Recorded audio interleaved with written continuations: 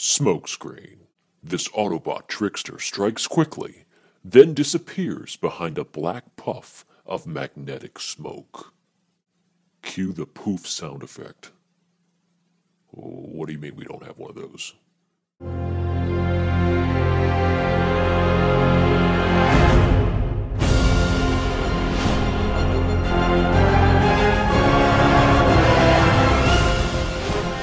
Welcome back to eBEFOREi Video Reviews.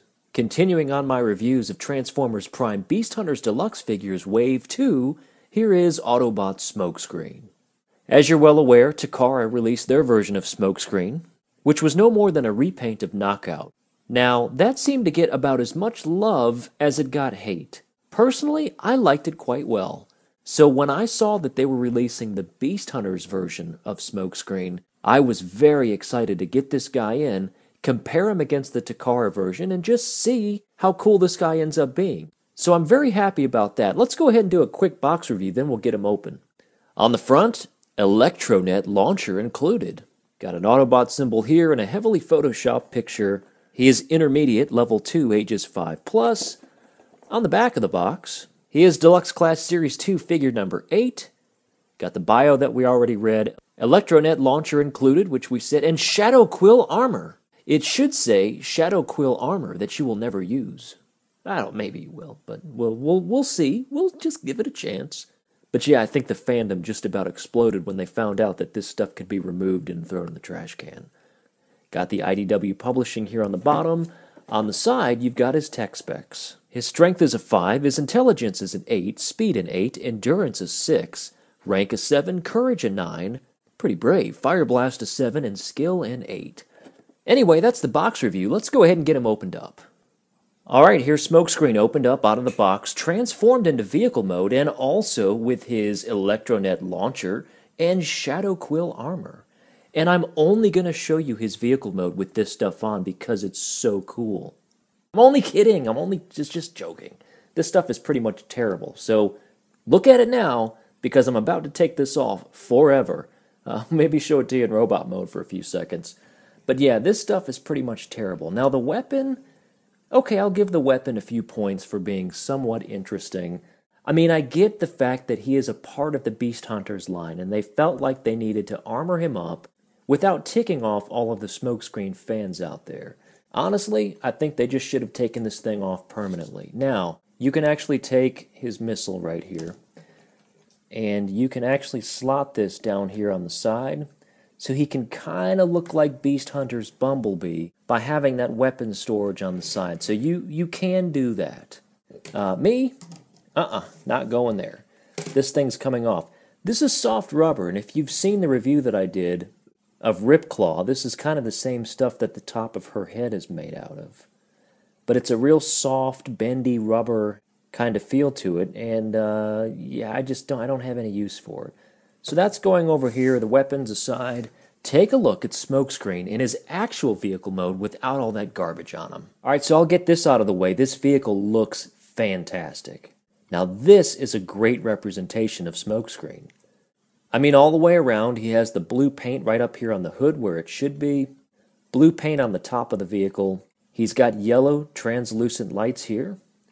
Very cool. Lots of nice in-plastic molding right there. So he's got the fog lights and some other kind of intake vents and such. Moving on to the side, he has the very famous number 38 there on his side panel. No checkerboard, so you don't have that. You do have the checkerboard, I believe, in the smaller Cyberverse figure, but not on the Deluxe, unfortunately. Also, notice there's no paint in these tires. That's unfortunate, but, you know, go grab a metallic Sharpie. You could probably take care of that. On the back, this is probably where vehicle mode hurts the most. There's just no paint back here. I would have loved to have seen maybe some red here in the tail lights, maybe something by the license plate. I can't say I'm surprised. We haven't gotten a lot of paint in the back of vehicles, and at least at the Deluxe scale. Do have nice red paint here. You've got ports on each side of the spoiler for weapons. You have a port on the top, as you saw earlier. You also have this nice detail in plastic molding on the back right there. So all in all, this car looks great.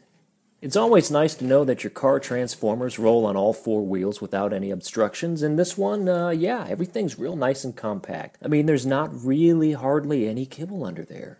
I wish the same could be said for robot mode here. You do see his head poking out there, and you would think, kind of looking at it from this angle, you would think that this might, scrape up against the bottom, but it really doesn't. The wheels give it plenty of clearance, and again, I have no issues rolling this guy. Little closer look inside the window, you do see giant robot hands there, so yeah, there is that. But then again, that's not really something too unusual with Transformers, especially at the deluxe scale. Doors do not open. I do like the fact that he has the in plastic molded side mirrors. Again, very cool. This would be such a great opportunity for a company like Repro Labels to give us a little shiny mirror there. In fact, I'm almost certain that we'll see a sticker set for this guy, and that will really bring him out. And if they do come out with it, I'll do another review with the stickers applied, and I think it'll be amazing.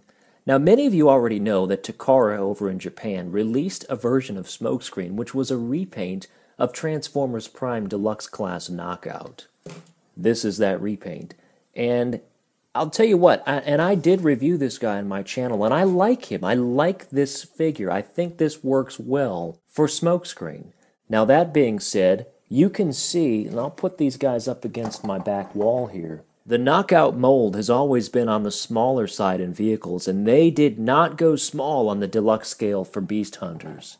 He's actually taller than Transformers Prime Wheeljack, and Bumblebee had, were it not for these little spikes sticking up on the Beast Hunters version, he's taller than Bumblebee as well. So, again, they didn't skimp on the size here, and I'm very happy about that. As is, I really like the vehicle a lot. Alright, to get him transformed, the first thing you want to do is come around to the front and get this whole front section separated here. You just kind of pull down on this part, get these up, and we're going to get these guys ultimately up kind of over the glass section. You can see that these are on hinges, dual hinges here. There's one up there and there's one down there, and you just kind of want to get it up like that. Do the same thing on the other side, lift it up, get it unpegged, and kind of put that up over the glass as well. You don't have to go all the way, you're just kind of getting it loose for now. Then you want to hold it like an Xbox controller, and just get some separation, just bend it down just like that. From this point, you can go ahead and untab the two top panels of the roof, which actually will become his arms. And as soon as you do that, go ahead and lift these up, and you've got tabs right here in the glass as well. I call it glass, in the plastic. That would be cool. And then basically lift it up, and just kind of start pulling it out. Okay, just like that. You want to come back around to the front. You want to take these pieces right here, and you want to just lift them up and begin to separate. You don't have to take them all the way over, but again, a lot of this transformer is really just pulling things apart and getting them out of the way so you can peg everything back in again in robot mode is really how this transformation works in a nutshell. Okay, so we've got the arms kind of pulled out just like that. You can then take this piece right here and just pull that up. You can go ahead and reveal the head at this point, which is really done by just lifting this piece up, just like that, and just kind of get that out of the way. We'll peg that in a little bit. You want to come around to the other side, lift this piece up, take the whole waist section, spin it, and let's go ahead and address his legs. You want to go ahead and pull these apart just like that. Come down to the bottom, you want to lift these two pieces up, just like that. Lift this down to expose the feet. And this is actually kind of cool. They could have just left it here and painted these kneecaps, but what they actually did is they've got the part of the leg right here, and you just move this whole thing over, and there's a tab right there, and there's a clip in there, and well, you know what to do.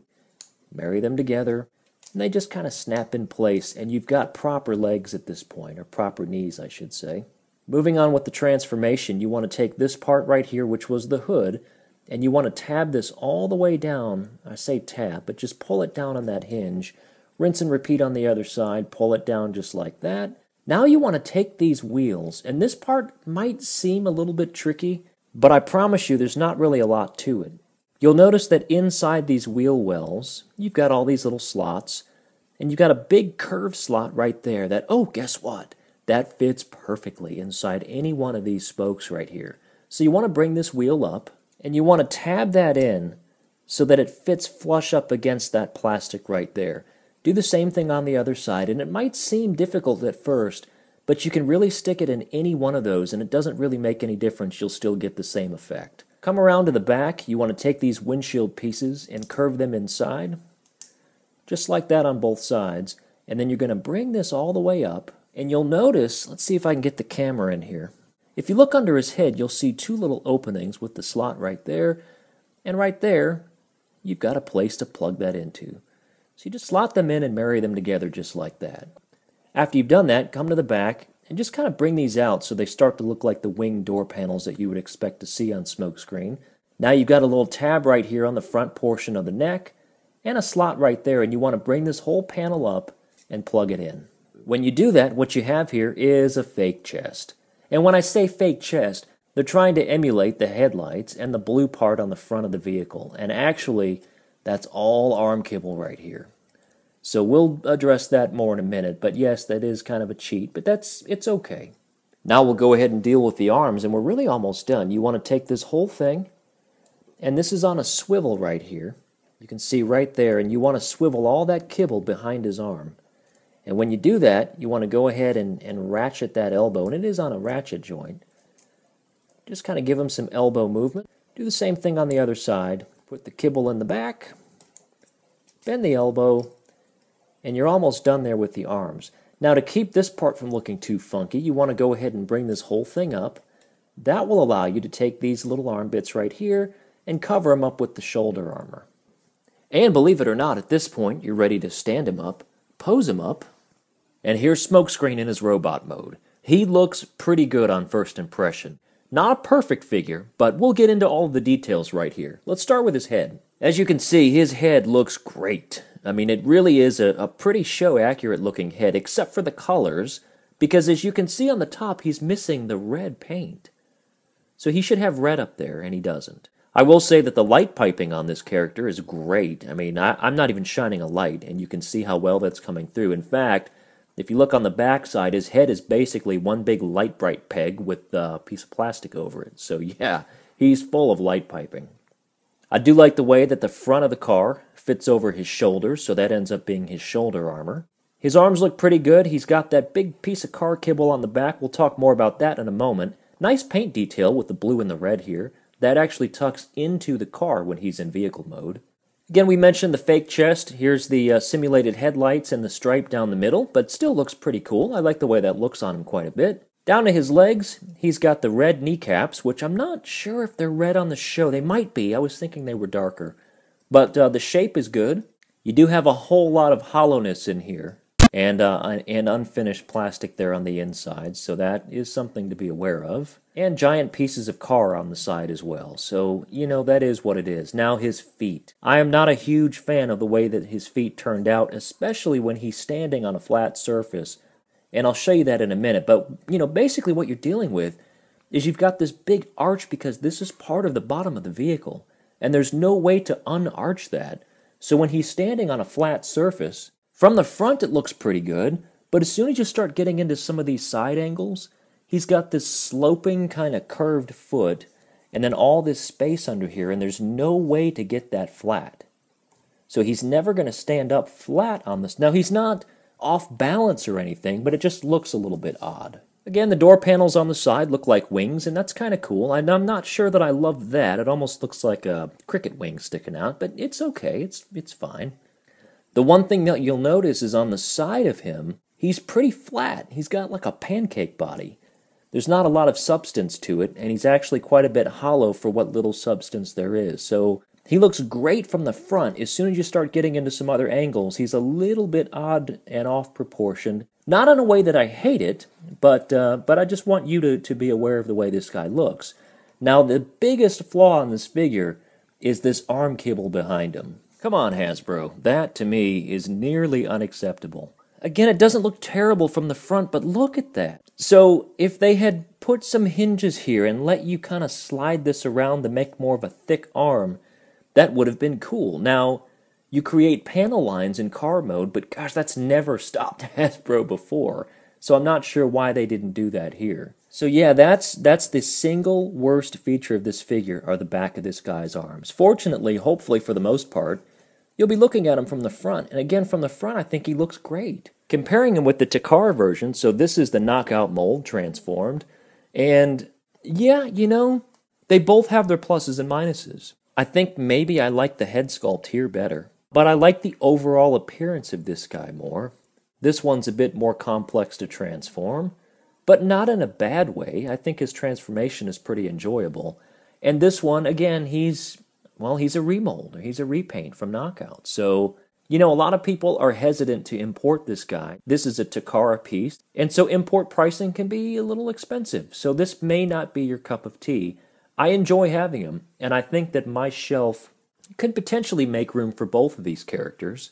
But, you know, I want you to see how they look side by side. Notice how much larger he was in vehicle mode than him. But stacking them up in robot mode, I actually think that the Takara one is a bit taller. In fact, he definitely is. So be aware of that as well. Let's go ahead and look at Smokescreen's articulation. His head is not on a ball joint. It's just got this little swivel peg. So he can look left and right, but he cannot look up and down. His arms have full movement, but you have to be aware of the shoulder armor. You might have to just lift that out of the way if you want to get his arm up in the air. He also has a swivel joint right there. His elbow's on a ratchet, so you've got these little ratchet pegs moving up and down. And there's no wrist articulation. His waist does swivel, as per transformation. His legs are on a ball joint. There is no, well, I say that. There is additional swivel there. It's just real tight. So the ball joint, you've got a swivel there, knee hinge, foot hinge, and no pivot on the ankle. What was that? Oh, one of you wants to see the Shadow Quill armor on? Okay, well that's fine. We'll go ahead and put this on. So to put on the Shadow Quill armor in robot mode, you'll notice that he has these little tabs right here on his waist. And so really all you need to do is you put this thing on, and basically you tab that into the sides, and you can actually... This is terrible. No, come on. I'm taking this off. His weapon by itself is kind of cool. This is with the little netting off of it. And, you know, it's a typical spring-loaded launcher that's got a good little bit of kick to it. So by itself, that looks good. And you can stick this in his hand, and actually he ends up with a pretty nice little weapon out of it. I don't hate that at all. You can also pop that off, and he has kind of a little mini pistol, which is not a bad look for him. If you choose to use the net, and this thing, you'll notice that there's a giant tab here and a hole there, and I guess you can put this around the beak of a Predacon, or the leg or something. Alright, so I guess she can't fly. She's got this thing on her foot that's keeping her from flying, because that doesn't make sense. Can also peg the weapon on the side of his ankle there, and he can give you a little shot at the foot. Size comparison, there he is next to Ratchet, and Ratchet's just a tiny bit taller, so roughly the same size. And quite a bit shorter than, of course, the Voyager figure, Optimus Prime First Edition, Bulkhead, and Deluxe RC. But he looks good with the group. And Bumblebee doesn't want to be left out, so we'll stick him in the shot as well. As far as the in-package extended bio, you're not missing a whole lot, so I'm not going to read it. The only thing of note is that they do confirm, as we all know by now, that Voyager Shockwave is coming soon. If you'd like to read this, just hit pause for a few seconds, and then when you're ready to come back, well, you know what to do. So, final thoughts. It may seem like I've been overly negative on this review, and honestly, I do like this character, and I recommend him more than the Takara import.